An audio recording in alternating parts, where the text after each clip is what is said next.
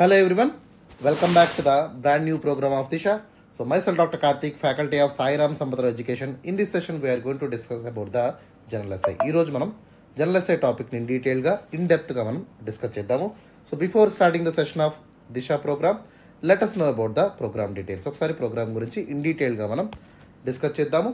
So this Disha program ఏదైతే ఉందో it is a free daily mains answer writing series for the TGPSC Group 1 aspirants. ఎవరైతే TGPSC group 1 ఎగ్జామినేషన్కి prepare అవుతున్నటువంటి అభ్యర్థులు ఉన్నారో వారి కోసం ప్రత్యేకంగా ఈ యొక్క ప్రోగ్రామ్ అనేది రూపొందించబడిందమ్మా.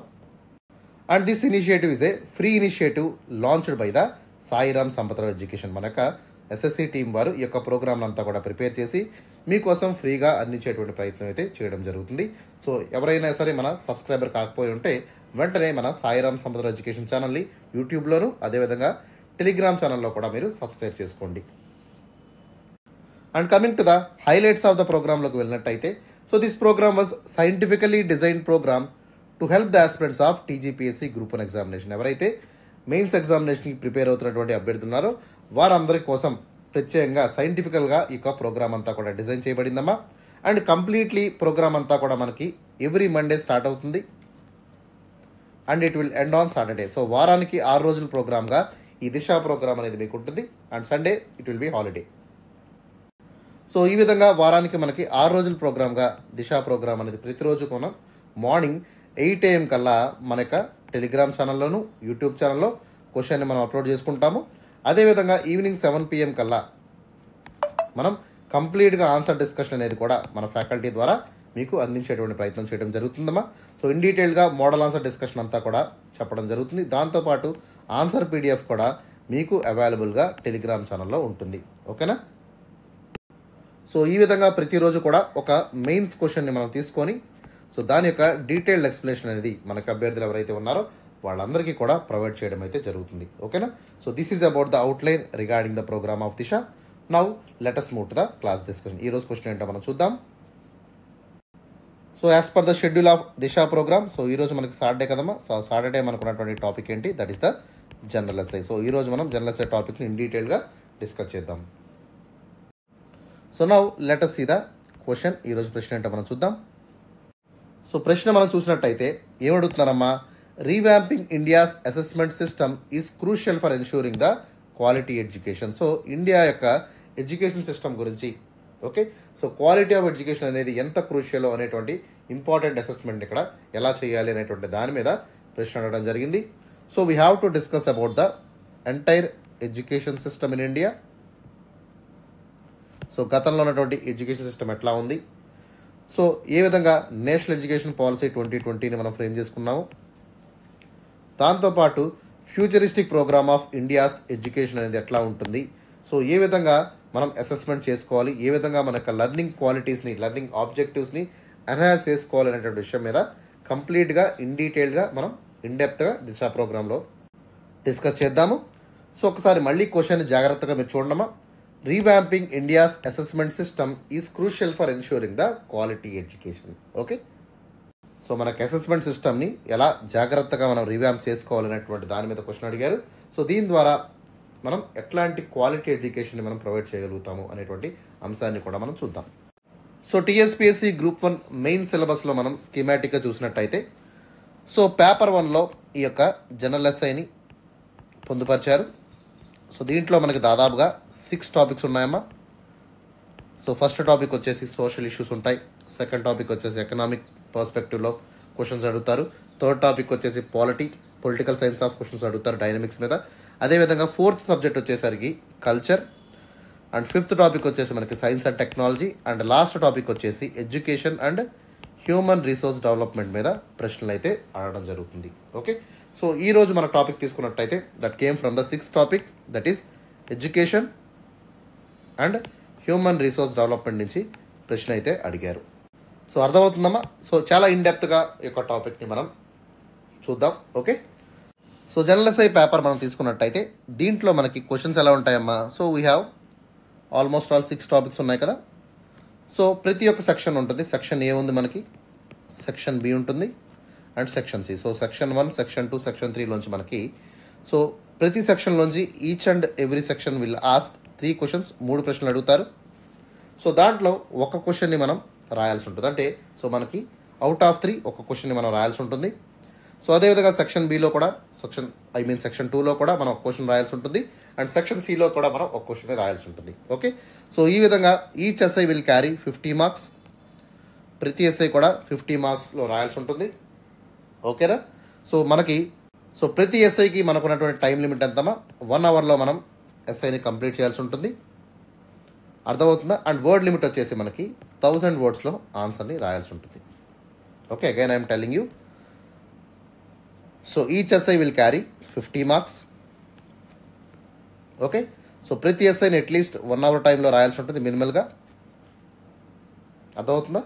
And at the same time మనకి సో ఒక్కొక్క ఎస్ఐకి 1000 వర్డ్స్లో మనం ఆన్సర్ రాయాల్సి ఉంటుంది. అంటే with in the 1000 words we have to finish the general SI. అంటే 3 జనరల్ ఎస్ఐని మనం ఒక్కొక్క గంటలో ముగించాల్సి ఉంటుంది. సో ఈ విధంగా మన టీఎస్పీఎస్సి పేపర్ 1 అయినటువంటి జనరల్ ఎస్ఐని మనం కంప్లీట్గా అనాలిసిస్ చేసాము. Okay, so now let us see the introduction. ఒకసారి క్వశ్చన్ యొక్క ఇంట్రడక్షన్ మనం చూద్దాం. So we have to highlight the importance of education in shaping the India's future. Okay, so India's future అనేది ఎట్లా మారుతుంది అనేటువంటి అంశాన్ని మనం చూడాల్సి ఉంటుంది. సో ఏ విధంగా ఎడ్యుకేషన్ అనేది ఫ్యూచరిస్టిక్ రోల్లో మనకు ఉంటుంది అనేటువంటి అంశాన్ని చూద్దాం. దాంతోపాటు so what kind of assessments will be able to improve the quality of education. So quality of learning అనేటువంటిది ఎట్లా ఉంటుంది అనేటువంటి అంశాన్ని కూడా మనం చూద్దాము. Later on will talk about the India's current system. So ప్రస్తుతం ఉన్నటువంటి కరెంట్ ఇష్యూస్ ఏవైతే ఉన్నాయో వాటిలన్నింటినీ కూడా డిస్కస్ చేస్తూ సో మనకున్నటువంటి ఎగ్జామినేషన్ ఓరియంటెడ్ అసెస్మెంట్ సిస్టమ్ గురించి మనం మాట్లాడుతూ సో మనం ఎక్కువగా ఈ యొక్క ఎగ్జామినేషన్ ఓరియంటెడ్ అసెస్మెంట్ ద్వారా ఎక్కువగా రిలై అవుతున్నాము అనేటువంటి విషయాన్ని మనం మాట్లాడుతూ సో ఏ విధంగా మార్క్స్ బేస్డ్ ఎవాల్యుయేషన్ ద్వారా మనం మెరిట్ని తీసుకుంటున్నారు, ఏ విధంగా ఒక స్టూడెంట్ యొక్క పర్ఫార్మెన్స్ని ఓకే ఏ విధంగా ఎవాల్యుయేట్ చేస్తున్నారు అనేటువంటి అంశాన్ని కూడా ఇంట్రడక్షన్లో బ్రీఫ్గా మీరు మెన్షన్ చేయాల్సి ఉంటుంది విత్ సమ్ కైండ్ ఆఫ్ డేటాని యూటిలైజ్ చేస్తూ మీరు ఇంట్రడక్షన్ని రాయాల్సి ఉంటుందమ్మా. ఓకేనా? And coming to the body of the ఆన్సర్లోకి వెళ్ళినట్టయితే సో ప్రస్తుతం ఉన్నటువంటి కరెంట్ సిస్టమ్లో అంటే ఎస్పెషల్లీ మార్క్స్ బేస్డ్ ఎవాల్యుయేషన్ సిస్టంలో ఉన్నటువంటి ఫ్లాస్ ఏంటో మనం మెన్షన్ చేయాల్సి ఉంటుంది. ఓకే, ఎస్పెషల్లీ దీని ద్వారా ఏ విధంగా మనం నేర్చుకుంటున్నాం, okay how we are learning.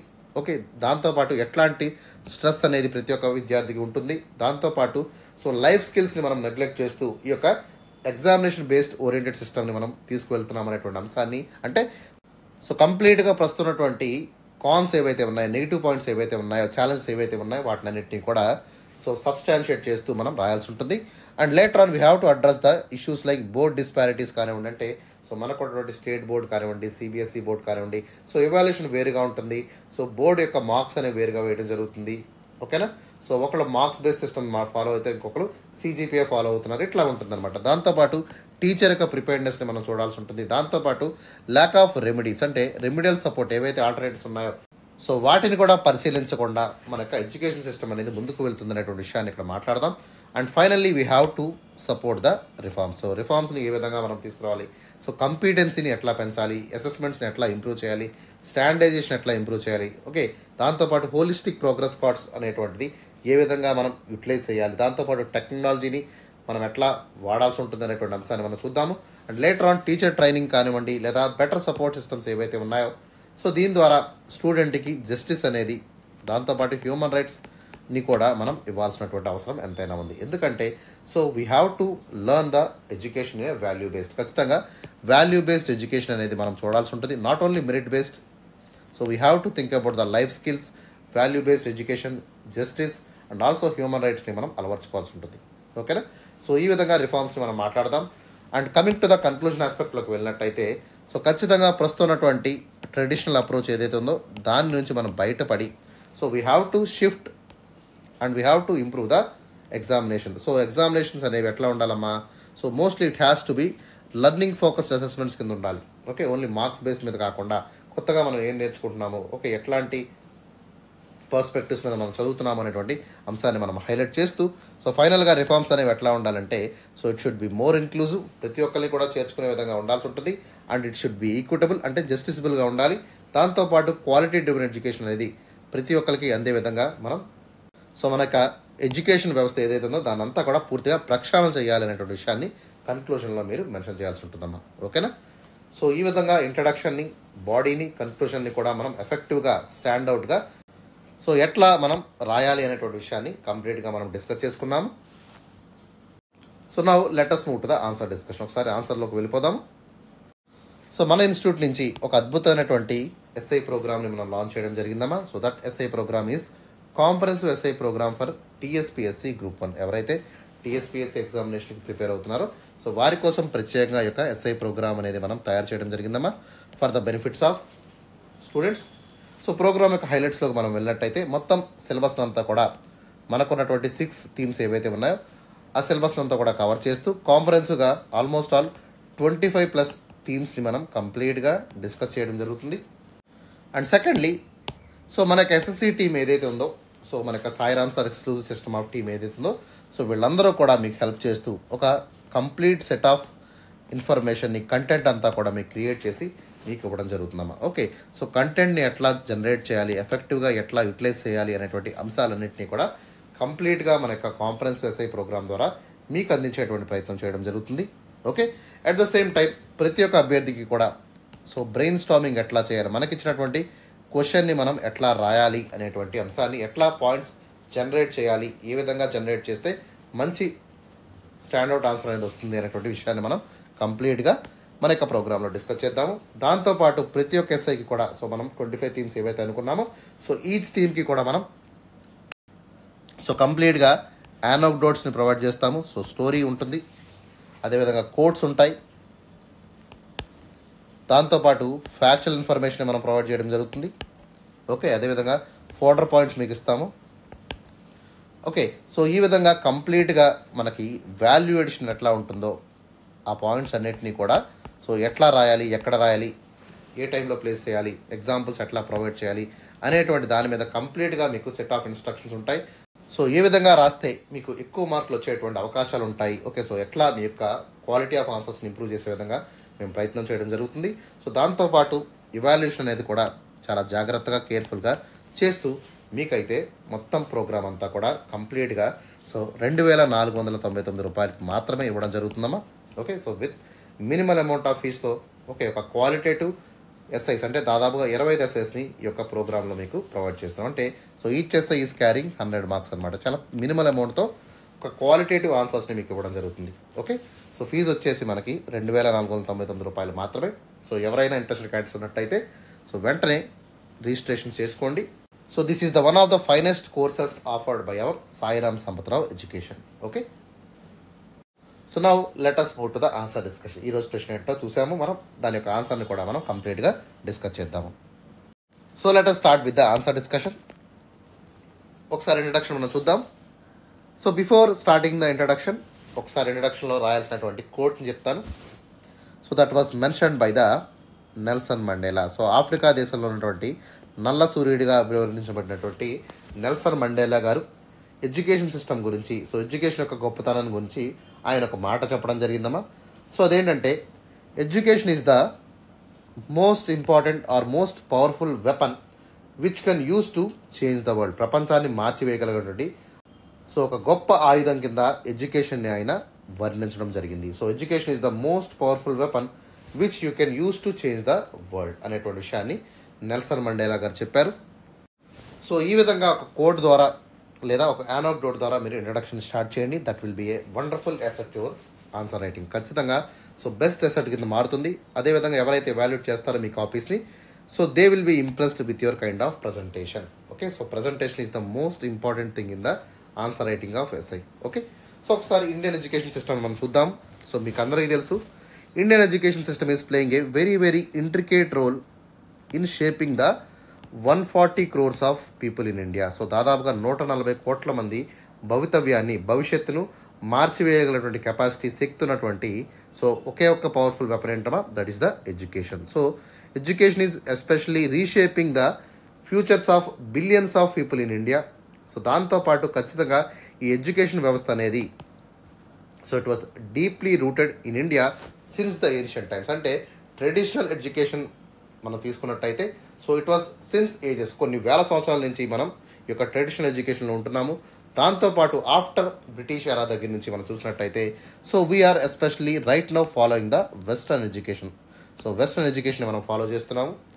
But despite of the blend of conventional education as well as the English education ఉన్నప్పటికీ కూడా so we have lot of loopholes, చాలా లూప్ హోల్స్ అనేవి ఉన్నాయి.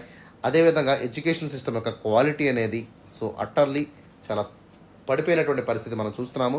So however despite the reforms, చాలా reforms మనం చేశాము, policies మనం తీసుకొచ్చాము, అసెస్మెంట్స్ మనం చేయడం జరిగింది. ఓకే, సో అసెస్మెంట్స్ ఏవైతే ఉన్నాయో వీటి ద్వారా మనం అర్థం చేసుకున్నటువంటి విషయం ఏంటంటే సో మనకు లెర్నింగ్ ఎన్హాన్స్మెంట్ అనేది ఎప్పటికప్పుడు మారుతూ ఉండాలి.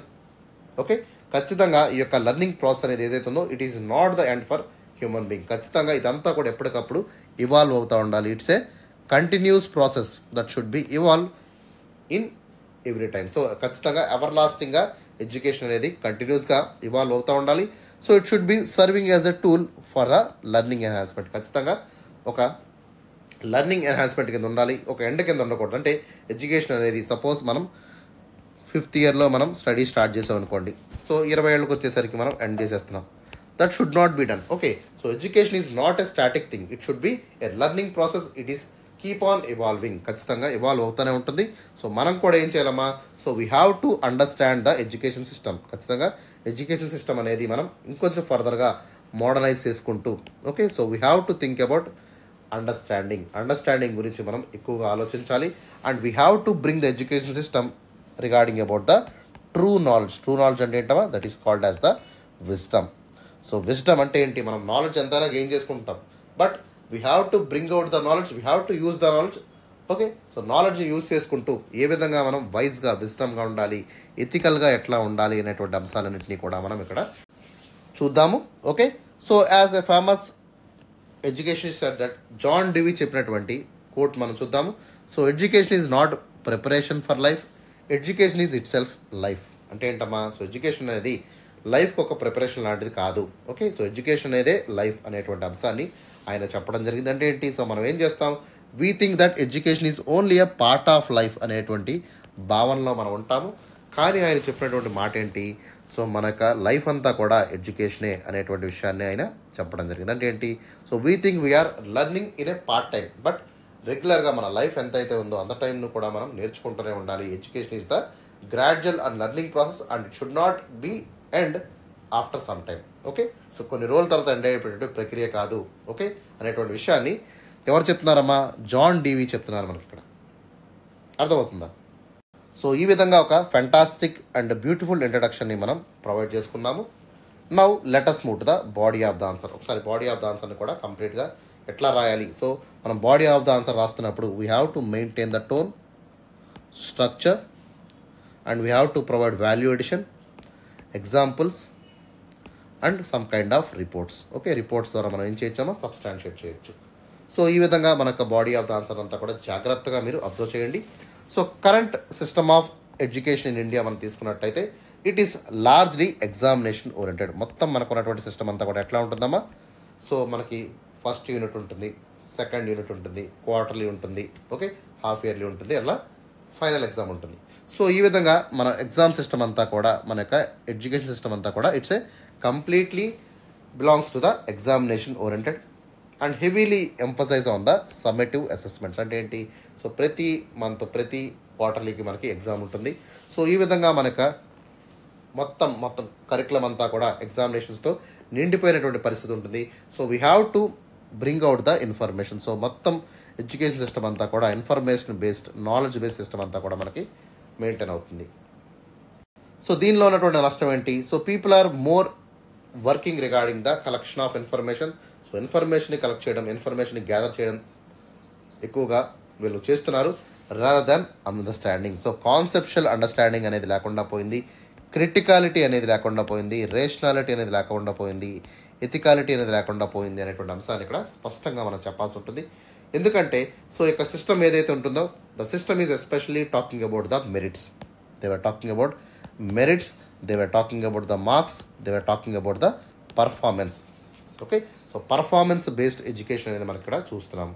ఓకేనా, సో ఒక సింగిల్ ఎగ్జామినేషన్ ద్వారా స్టూడెంట్స్ యొక్క అకాడమిక్ ఫ్యూచర్ని, స్టూడెంట్స్ యొక్క అవుట్కమ్ని ఈ యొక్క సిస్టమ్ అనేది డిసైడ్ చేస్తుంది. సో ఈ యొక్క అప్రోచ్లో చాలా ఫాల్స్ ఉన్నాయి, ఇన్హెరెంట్గా ఎన్నో లూప్ హోల్స్ ఉన్నాయనేటువంటి విషయాన్ని మనం స్పష్టంగా చెప్పాలి. So now let us talk about the challenges. So ఎట్లాంటి ఛాలెంజెస్ మనం ఫేస్ చేస్తున్నామంటే సో ఖచ్చితంగా so we are giving lot of importance to the memorisation. So memorisation of ఇన్ఫర్మేషన్కి ఎక్కువగా మనం ఎంఫసిస్ చేయడం జరుగుతుంది.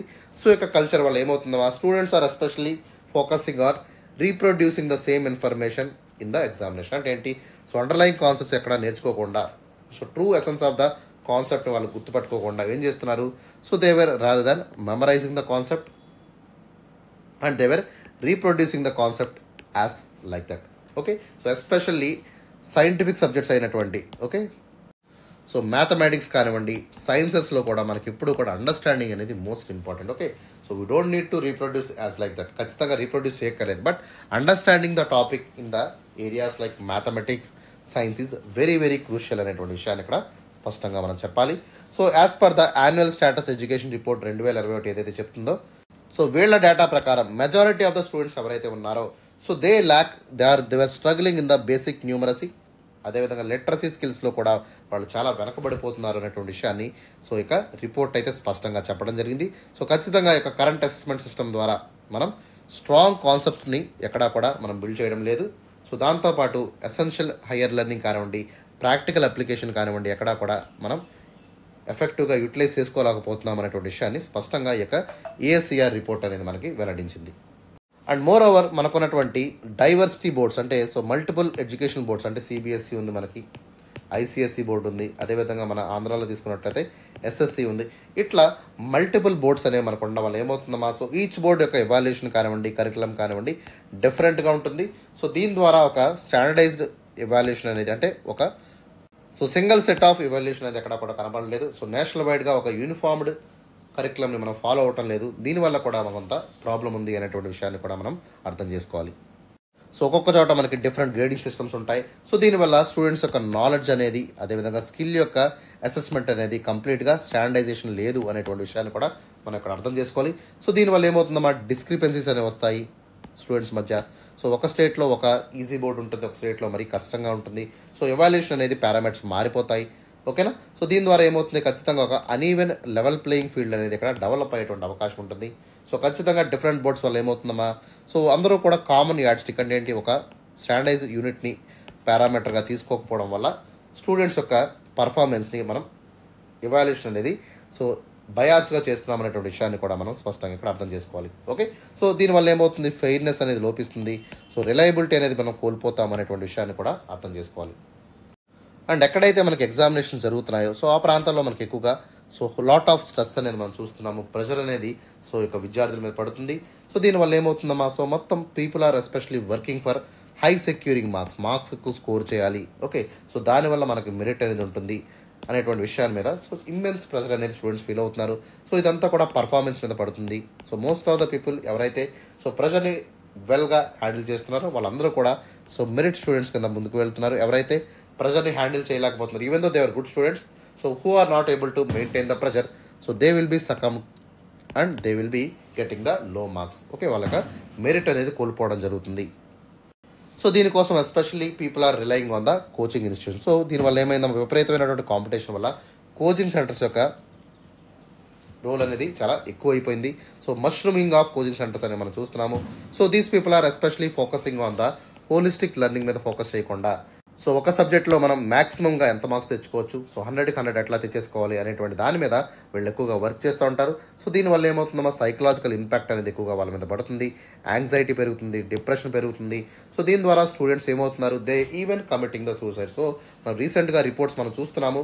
సో మోస్ట్లీ స్టూడెంట్స్ యొక్క సూసైడ్స్ యొక్క రేట్ అనేది ఫర్దర్గా ఇంక్రీజ్ అవుతుంది అనేటువంటి విషయాన్ని కూడా మనం అర్థం చేసుకోవాలి. So according to the so దాదాపుగా 130,000 వరకు ప్రతి సంవత్సరం కూడా అంటే 130 విద్యార్థులు పైగా సూసైడ్స్ చేసుకుంటున్నారు అనేటువంటి ఒక రిపోర్ట్ అయితే కూడా మనకు ఉందామా. సో ఇట్లాంటి డేటాను కూడా మీరు ప్రజెంట్ చేయండి.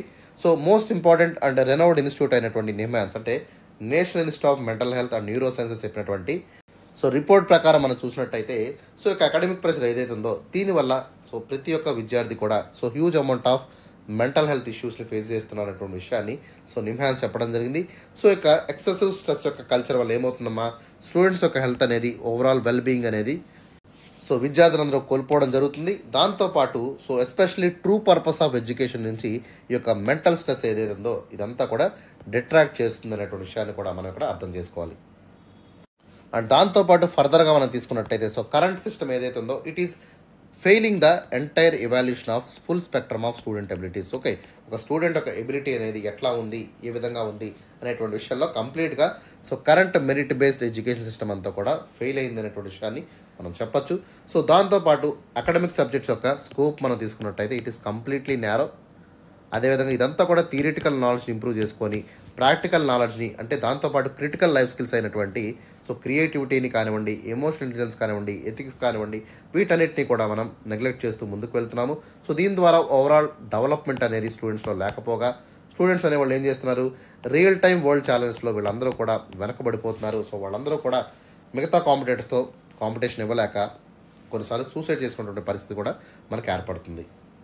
సో ఖచ్చితంగా మనకున్నటువంటి కరెంట్ ఎగ్జిస్టింగ్ సిస్టమ్ ఏదైతే ఉందో, అసెస్మెంట్ మెథడ్స్ ఏవైతే ఉన్నాయో సో వీటన్నిటిని కూడా మనం పక్కన పెట్టి సో కొత్త ఆస్పెక్ట్స్ని మనం వెళ్లాల్సి ఉంటుంది.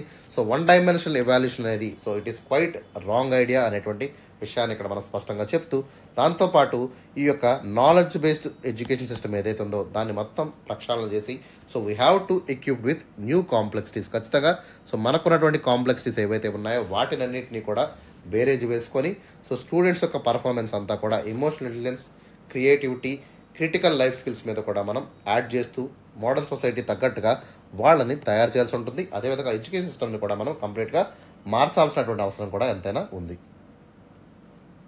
And at the same time so teacher training facilities కానివ్వండి, అసెస్మెంట్ లిటరసీస్లో కూడా మనకి చాలా ఛాలెంజెస్ ఉన్నాయి. సో ఎవరైతే టీచర్స్ ఉన్నారో they were forefront at the assessment process ఎవరైతే ఉన్నారో వీళ్ళందరూ కూడా they were not trained adequately. So ఖచ్చితంగా వీళ్ళందరూ కూడా యాడిక్వేట్గా ట్రైన్ అవ్వకపోవడం, so lack of professional development అనేది లేకపోవడం, okay, so modern assessment techniques ఎక్కడ కూడా వాడకపోవడం అనేటువంటి విషయంలో కూడా మనం ఇక్కడ ఆలోచించాలి. సో దాంతోపాటు టెక్నాలజీని కూడా వీళ్ళు ఎక్కడ యూటిలైజ్ చేయకుండా సో ఇష్యూని ఫర్దర్గా ఎగ్జార్బేట్ చేసేటువంటి విషయం అయితే మనకు కనబడతా ఉంది. సో ఖచ్చితంగా ఒక ప్రాపర్ ట్రైనింగ్ అనేది మనకు ఉండాలి. సో వీటితో పాటు ఒక సైంటిఫిక్ బేస్డ్ ఎవాల్యూషన్స్ అనేవి, అసెస్మెంట్ మెథడ్స్ అనేవి కూడా so very very important. So this is the need of the hour అనేటువంటి విషయాన్ని ఇక్కడ మనం మెన్షన్ చేయాలి. సో కరెంట్ ఎడ్యుకేషన్ నీడ్స్ తగ్గట్టుగా మన యొక్క ఎడ్యుకేషన్ కరికులం అంతా కూడా మనం మార్చుకోవాలి అనే విషయాన్ని కూడా మనం ఇక్కడ స్పష్టంగా చెప్పాల్సి ఉంటుంది. సో ఎప్పుడైతే సో టీచర్ యొక్క ప్రిపేర్డ్నెస్ అనేది గ్యాప్ వస్తుందో క్వాలిటీ ఆఫ్ ఎడ్యుకేషన్ అనేది కూడా మనకి సో తగ్గిపోతుంది. సో ఒక క్వాలిటేటివ్ అసెస్మెంట్ అనేది మనకి ఇక్కడ దక్కకపోగా స్టూడెంట్ యొక్క లెర్నింగ్ని ఇది హ్యాంపర్ చేసేటువంటి అవకాశం ఎంతైనా ఉంటుంది. Okay, and one more important విషయం ఏంటంటే అమ్మా సో ఎస్పెషల్లీ సో మనకి స్టూడెంట్స్ ఎవరైతే ఉన్నారో, ఎవరైతే వెనకబడిపోన్నారో వాళ్ళని ముందుకు తీసుకెళ్లేటువంటి ప్రక్రియ ఎక్కడా కూడా మనకు కొనసాగట్లేదు. There is no remedial support for the students who are lagging behind. ఎవరైతే స్టూడెంట్స్ ఉన్నారో వాళ్ళందరూ వెనకబడిపోయి ఉన్నారు, ఎవరైతే పూర్గా పర్ఫార్మెన్స్ చేస్తున్నారో సో వాళ్ళని ముందుకు తీసుకెళ్లేటువంటి ప్రయత్నాలు ఎక్కడా కూడా చేయడం లేదు.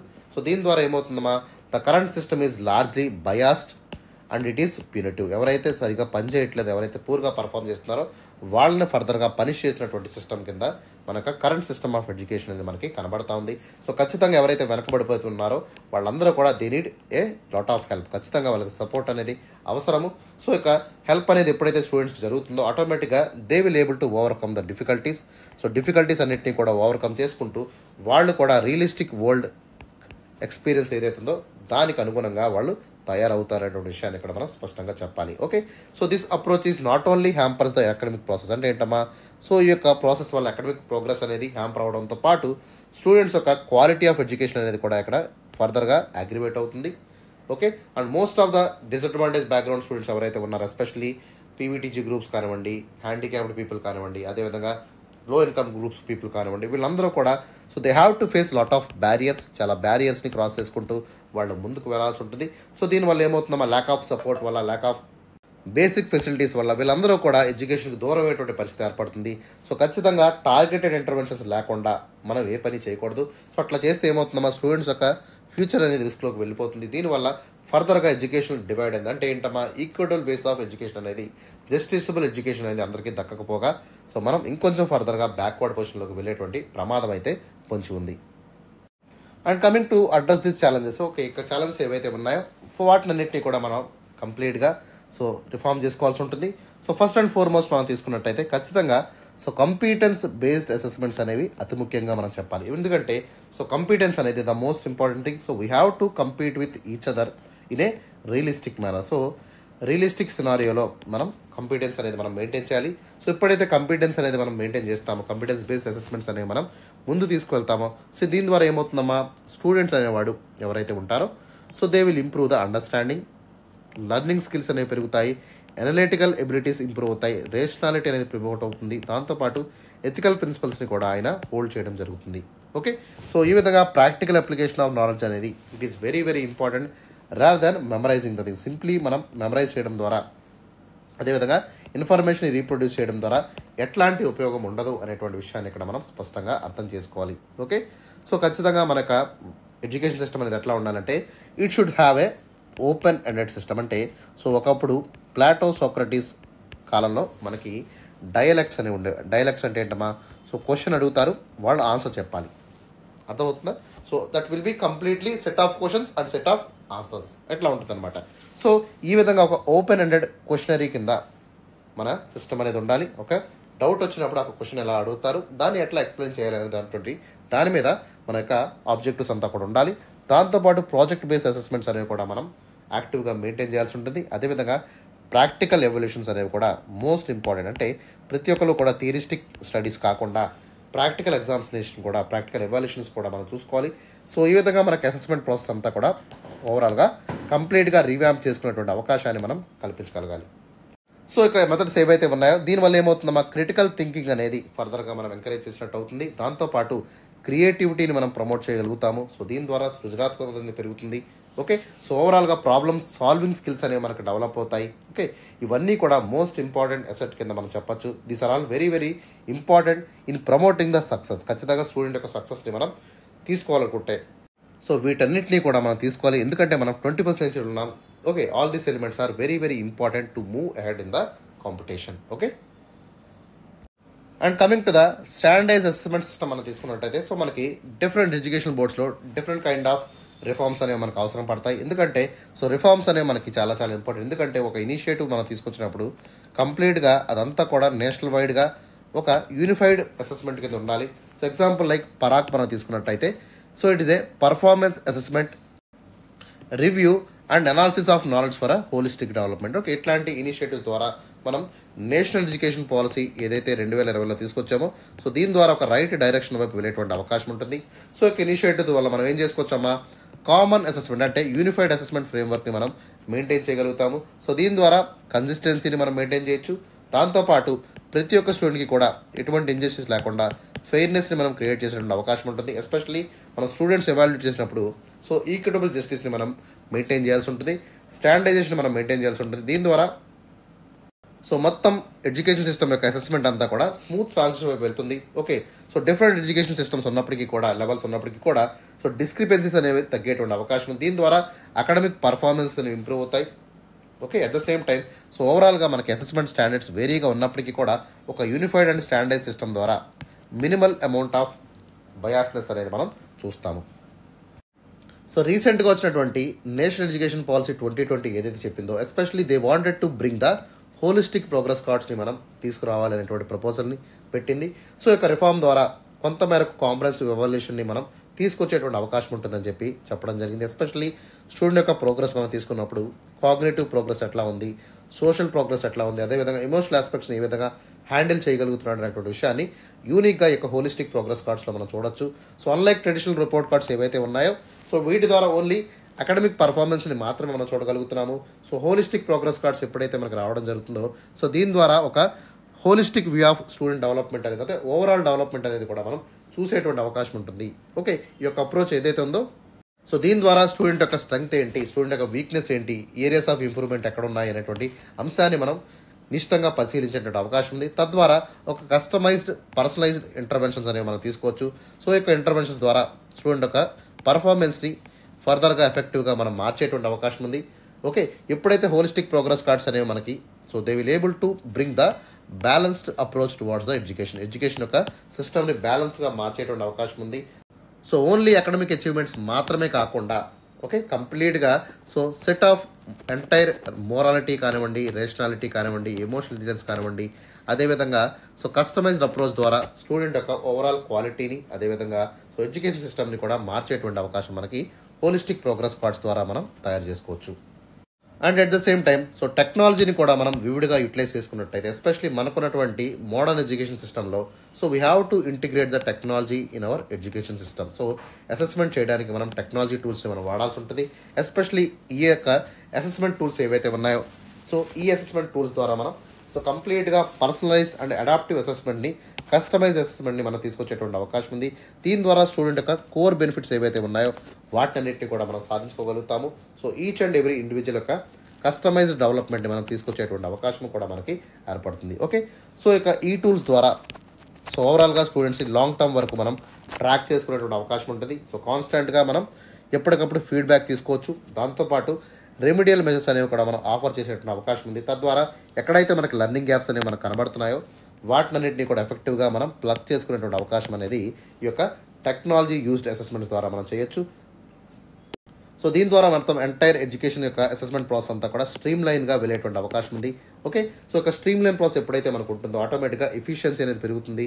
దాంతోపాటు హ్యూమన్ ఎర్రర్ అనేది చాలా తక్కువగా ఉంటుంది అనేటువంటి విషయాన్ని కూడా మనం అక్కడ స్పష్టంగా చెప్పాలి. ఓకే, అండ్ అడిషనల్లీ ఈ యొక్క టెక్నాలజీ వల్ల ఏమవుతుందమ్మా so innovative and interactive approaches అనేవి మనకు కనబడతాయి. ఎస్పెషల్లీ అసెస్మెంట్ యొక్క క్వాలిటీ పెరుగుతుంది. సో ఆన్లైన్ డిస్కషన్స్ కానివ్వండి, సైమల్టేషన్స్ కానివ్వండి, ఓకే, సో వీటి వల్ల స్టూడెంట్స్ ఎక్కువగా ఎంగేజ్ అయ్యేటువంటి అవకాశం ఉంది. సో దాంతోపాటు ఒక డైవర్స్ లెర్నింగ్ ఎక్స్పీరియన్స్ అవుట్కమ్స్ని కూడా వాళ్ళు సాధించగలుగుతారు. అండ్ నెక్స్ట్ ఇంపార్టెంట్ ఆస్పెక్ట్ మనం తీసుకున్నట్టయితే సో టీచర్స్ యొక్క కెపాసిటీస్ని కూడా మనం ఇంప్రూవ్ చేయాలి. Especially we have to improve the building capacity of teachers is a another important reform we have to think about it. Okay, so professional equipment ప్రోగ్రామ్స్ని మనం చేయాలి. So professional development programmes మీద మనం focus చేసినట్టయితే దీని ద్వారా ఏమవుతుందమ్మా assessment యొక్క quality కానివ్వండి, ఓకే, అదేవిధంగా ఫార్మేటివ్ అసెస్మెంట్స్ మనకి ఇంప్రూవ్ అవుతాయి. దాంతోపాటు కమ్యూనికేషన్ టెక్నాలజీ మనం యూటిలైజ్ చేసినట్టయితే దీని ద్వారా ఏమవుతుంది సో టీచర్స్ యొక్క స్కిల్ అనేది ఫర్దర్గా ఇంప్రూవ్ అవుతుంది. మోడల్ అసెస్మెంట్ ఎఫెక్టివ్గా ఇంప్లిమెంట్ చేయగలుగుతారు. సో తద్వారా క్వాలిటీ ఆఫ్ అసెస్మెంట్ అనేది ఇంప్రూవ్ అవుతుంది. దాంతోపాటు టీచర్స్ అనేవాళ్ళు మోర్ యాక్టివ్ రోల్ని ప్లే చేసేటువంటి అవకాశం ఉంటుంది. ఎందుకంటే so teachers are very very important to bring out the outcomes from the students. Okay, ఖచ్చితంగా ఒక ప్రాపర్ ట్రైన్డ్ టీచర్ నుంచి మనం చాలా పెద్ద మొత్తంలో సో పాజిటివ్ అవుట్కమ్స్ అన్నింటినీ కూడా మనం ఎక్స్పెక్ట్ చేయడం జరుగుతుంది. సో లెర్నింగ్ అవుట్కమ్స్ అనేవి ఫర్దర్గా ఇంప్రూవ్ అవుతాయి అనేటువంటి విషయాన్ని ఇక్కడ మనం చెప్పాలి. ఎందుకంటే సో టీచర్స్ అనేవాళ్ళు యాక్టివ్ రోల్ ప్లే చేసినప్పటికీ ఏమవుతుంది సో దీని ద్వారా ఓవరాల్గా మనకి so quality of successful education అనేది సస్టైన్డ్గా ఉంటుంది. సో దాంతోపాటు డైవర్స్ ఆబ్జెక్ట్స్ అన్నింటినీ కూడా మనం సాధించగలుగుతాము. And next important aspect is enhancing the education supporting system. Okay, so student support సిస్టమ్స్ని కూడా మనం చాలా వైటల్గా తీసుకోవాలి. ఎందుకంటే సో కరెంట్ అసెస్మెంట్ సిస్టమ్ అంతా కూడా సో తప్పులు తడకగా ఉంటుంది కాబట్టి సో రోబస్ట్ సపోర్ట్ సిస్టమ్స్ని మనం మెయింటైన్ చేసుకుంటూ సో ఎస్పెషలీ మనకి రీసెంట్గా ఉన్నటువంటి కౌన్సిలింగ్ సర్వీసెస్ని మనం ఎఫెక్ట్గా వాడాలి. అదేవిధంగా పీర్ మెంటరింగ్ అంటే ఒక సింగిల్ పర్సనే కాకుండా గ్రూప్ని మనం తీసుకొని వాళ్ళని మెంటార్ చేయాల్సి ఉంటుంది. అదేవిధంగా అకాడమిక్ సపోర్టివ్ ప్రోగ్రామ్స్ ఏవైతే ఉన్నాయో వాటిని కూడా మనం ఎఫెక్టివ్గా లాంచ్ చేయగలిగితే సో దీని ద్వారా ఏమవుతుందమ్మా సో స్టూడెంట్స్ యొక్క స్ట్రెస్ని మనం నలిఫై చేసేటువంటి అవకాశం మనకు ఏర్పడుతుంది. ఓకే, సో దీని ద్వారా ఏమవుతుంది ఎగ్జామ్ యొక్క సో పర్ఫార్మెన్స్ని మనం ఫర్దర్గా ఇంప్రూవ్ చేయగలుగుతాము. అదేవిధంగా వాళ్ళ యొక్క సక్సెస్ని కూడా మనం తీసుకొచ్చేటువంటి అవకాశం ఉంటుంది. Okay, so especially we can able to increase the strength of the students regarding the examinations. Okay, example మనం తీసుకున్నట్టయితే ఒక కేస్ స్టడీ మనం మాట్లాడదాం. సో ఆరోహన్ కోచింగ్ ఫెసిలిటీ అనేది మనకి ఛత్తీస్గఢ్లో ఏం చేస్తుందమ్మా it is providing the customized and personalized support to the students for preparing the competitive examination. ఎవరైతే కాంపిటేటివ్ ఎగ్జామ్స్ ప్రిపేర్ అవుతున్నారో వాళ్ళందరికీ కూడా ఎక్సెల్ షీట్ ద్వారా ఒక కస్టమైజ్డ్ ప్లాన్ వేయడం జరుగుతుంది. సో దీని ద్వారా స్టూడెంట్స్ యొక్క పర్ఫార్మెన్స్ అనేది ఎట్లా ఉంటుంది అనేటువంటి విషయాన్ని కూడా మనం స్కేలప్ చేసుకుంటూ ముందుకు వెళ్ళడం జరుగుతుంది. సో సిమిలర్ ఇనిషియేటివ్స్ ఏవైతే ఉన్నాయో సో ఇట్లాంటివన్నింటినీ కూడా అక్రాస్ ద కంట్రీ అంటే ఓవరాల్గా కంట్రీ వైడ్గా ఇక్కడ అగ్రోవన్ కోచింగ్ ఫెసిలిటీ ఎలాగైతే ఛత్తీస్గఢ్లో మనకి ఇట్లాంటి మోడల్తో రావడం జరుగుతుందో ఈ పైలట్ స్టడీని దేశవ్యాప్తంగా మనం ఎఫెక్టివ్గా మనం తీసుకువెళ్ళినట్టయితే సో మొత్తం పాన్ ఇండియా లెవెల్లో స్టూడెంట్స్ అందరూ కూడా దీని మీద బెనిఫిట్ అయ్యేటువంటి అవకాశం ఉంటుంది. Okay, so we have to think this kind of new important initiatives like Aarohan coaching facilities. And last but not least we have to think about the stakeholder engagement. ఎవరైతే stakeholders ఉన్నారో వాళ్ళందరినీ కూడా మనం కలుపుకొని ముందుకు వెళ్లాల్సి ఉంటుంది. So దీని ద్వారా అవేర్నెస్ని మనం క్రియేట్ చేసుకోవచ్చు. దాంతోపాటు అసెస్మెంట్ రిఫార్మ్స్ని సక్సెస్ఫుల్గా ఇంప్లిమెంట్ చేసేటువంటి అవకాశం కూడా మనకి దక్కుతుంది. ఓకే, సో ఫైనల్గా కన్సెన్స్ అంతా కూడా బిల్డ్ చేసుకొని ఎవరైతే స్టేక్ హోల్డర్స్ ఉన్నారో వాళ్ళందరినీ కూడా మనం కామన్ ఎంటిటీ కింద చేసుకొని మనం ఫర్దర్గా ప్రోగ్రామ్ గురించి ఆలోచించాల్సిన అవసరం ఎంతైనా ఉంటుంది. సో ఎగ్జాంపుల్ మనకి స్టేక్ హోల్డర్స్ మనం తీసుకున్నట్టయితే ఎవరైతే ఎడ్యుకేటర్స్ ఉన్నారో పేరెంట్స్ కానివ్వండి, స్టూడెంట్స్ కానివ్వండి, పాలసీ మేకర్స్ ఎవరైతే ఉన్నారో వీళ్ళందరినీ కూడా కామన్ ఎజెండా మీద వర్క్ చేయించాలి. ఓకే, సో దీని ద్వారా ఒక యూనిక్ అండ్ యూనిఫైడ్ గోల్స్ని మనం అచీవ్ చేసుకోవచ్చు. సో మొత్తం రిఫార్మ్స్ యొక్క బెనిఫిట్స్ అంతా కూడా ఈక్విటబుల్గా అందరికీ చేరేటువంటి అవకాశం కూడా మనం కల్పించగలుగుతాము. ఓకే, సో ఓవరాల్గా మనకి తీసుకున్నట్టయితే అవేర్నెస్ క్యాంపెయిన్స్ని మనం ఇంప్రూవ్ చేయాలి, వర్క్షాప్ని మనం ఎస్టాబ్లిష్ చేయాల్సి ఉంటుంది, ట్రైనింగ్ సెషన్స్ని స్టూడెంట్స్కి అదేవిధంగా టీచర్స్కి కూడా మనం ప్రొవైడ్ చేసినట్టయితే సో వాళ్ళలో ఉన్నటువంటి క్వాలిటీని మనం ఎన్హాన్స్ చేసినటువంటి అవకాశం మనకు దక్కుతుంది. సో ఇవన్నీ చేయాలంటే ఖచ్చితంగా మనకి active engagement of the stake holders అనేది ఎంతో ఇంపార్టెంట్ అయినటువంటి విషయంగా మనం చెప్పాలి. ఓకేనా, సో దీని ద్వారా more inclusive and responsive education సిస్టమ్స్ని, అసెస్మెంట్ బేస్డ్ ఎగ్జామినేషన్ ఓరియంటెడ్ అప్రోచెస్ని మనం డిఫరెంట్ కమ్యూనిటీస్లో తీసుకునేటువంటి అవకాశం మనకి దక్కుతుంది.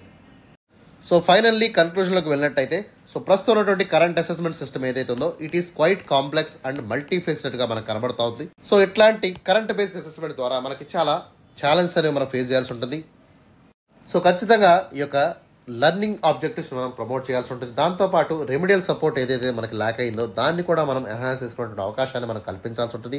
సో దీని ద్వారా సో స్టూడెంట్స్ యొక్క పొటెన్షియాలిటీని ఏవైతే లిమిట్ చేస్తున్నాయో సో దాన్ని అన్నింటినీ కూడా ఎఫెక్టివ్గా మనం రిమూవ్ చేయగలుగుతాము.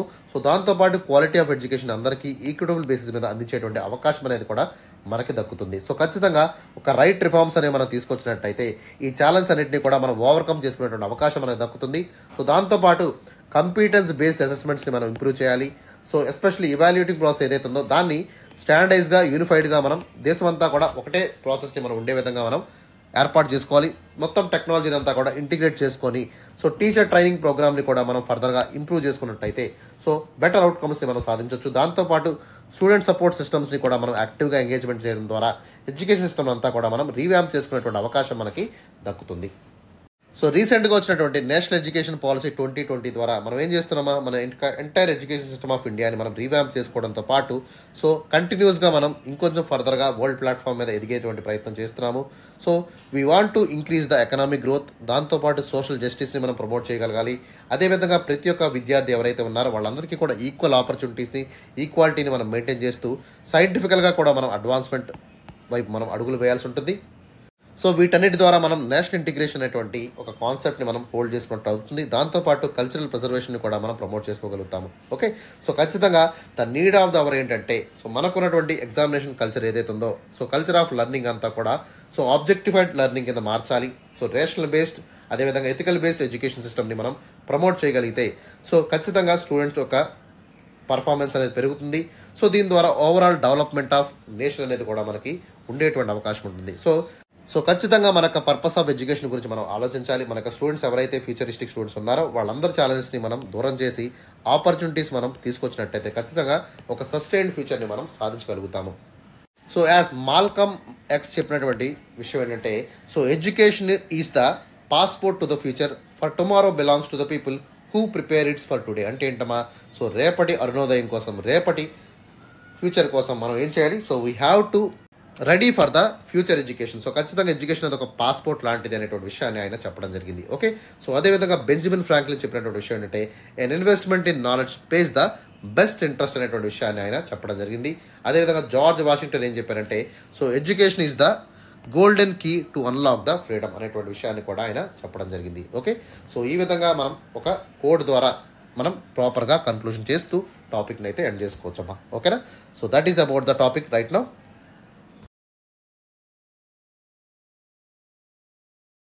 So that's all for today.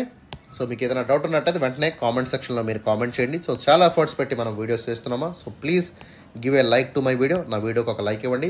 దాంతోపాటు మన channel of Sairam Sampath education ఏదైతే ఉందో దాన్ని కూడా మీరు సబ్స్క్రైబ్ చేసుకోండి. ప్రతిరోజు కూడా మీకు అప్డేట్స్ అనేవి లభిస్తాయి.